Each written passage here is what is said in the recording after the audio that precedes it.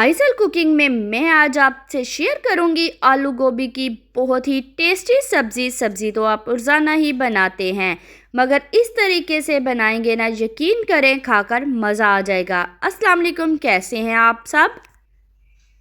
Isle cooking में मैं आपको वेलकम करती हूं। तो आज हम बनाएंगे आलू गोभी की बहुत ही मज़ेदार सी सब्ज़ी।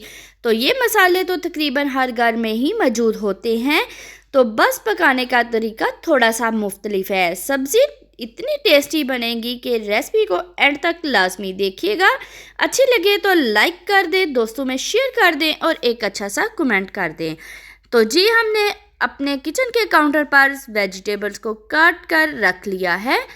मैंने ली है 1 kg गोभी और हाफ kg आलू लिए हैं। तो चलें स्टार्ट करते हैं। हमने लिया है हाफ कप कुकिंग ऑयल का और उसमें मैं कुछ खड़े मसाले ऐड कर दूंगी, जिसमें है गोल काली मिर्ची, साथ में दालचीनी का टुकड़ा है, बादियान का फूल है और इसमें मैंने ज़ीरा ऐड किया है हाफ टेबल स्पून और इनको हम अच्छे से ऑयल में भून लेंगे। साथ में मैं इसमें ऐड कर दूंगी एक बड़े साइज़ का प्याज, जिसको हमने इस तरह से चॉप किया हुआ है। तो इसको हमने बहुत ज़्यादा ब्राउन कलर नहीं देना, हम इसको मीडियम सा लाइट पिंक सा कलर देंगे।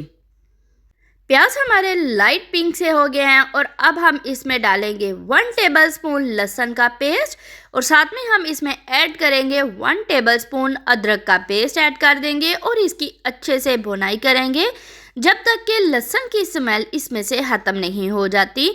लहसुन की स्मेल को लाजमी ख़त्म किया करें इसकी अच्छे से भुनाई करके, ताकि आपका खाना बहुत ही ज़बरदस्त बने। अगर लहसुन की स्मेल एंड तक रहे तो खाना मज़े का नहीं बनता। साथ में मैं इसमें एक मीडियम साइज़ का टमाटर चॉप किया हुआ इसमें ऐड कर दूंगी और इसको भी हम अच्छे से भून लेंगे ताकि टमाटर का कच्चापन ख़त्म हो जाए।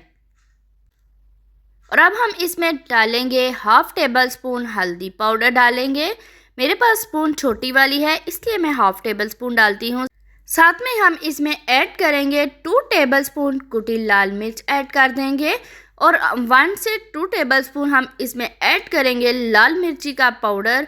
1 टेबलस्पून हम डाल देंगे इसमें खुश्क धनिए का पाउडर और 1 टेबलस्पून हम इसमें ऐड करेंगे गरम मसाला। और अब हम इस मसाले को अच्छे से भून लेंगे ताकि मसाले अच्छे से पक जाएं, इनमें कोई कच्चापन ना रह जाए। तो थोड़ा सा पानी ऐड करेंगे और इसको अच्छे से मिक्स कर लेंगे। साथ में मैं 1 टेबलस्पून कूटा हुआ खुश्क धनिया ऐड कर दूंगी। इससे बहुत ही ज़बरदस्त सी खुशबू आती है और टेस्ट तो लाजवाब आता है। तो हम मसाले की बहुत ही अच्छे से भुनाई करेंगे। तो अच्छे से आपका जब मसाला भुना हो तो आप कोई भी खाना बना रहे हो तो बहुत ही ज़बरदस्त खाना बनता है। तो मसाले को मैंने अच्छे से भून लिया है। साथ में मैं इसमें गोभी को ऐड कर दूंगी। गोभी को आपने बहुत ही ध्यान से काटना है क्योंकि इसमें छोटे छोटे से कीड़े होते हैं जो नज़र नहीं आते। तो बहुत ही अच्छे से इसको आप काटा करें और धो लिया करें। तो साथ में मैं इसको गोभी को डालकर अच्छे से मिक्स करूंगी और इसको मैं कवर अप करके रख दूंगी। 5 से 7 मिनट के लिए हम इसको कवर अप करके रखेंगे।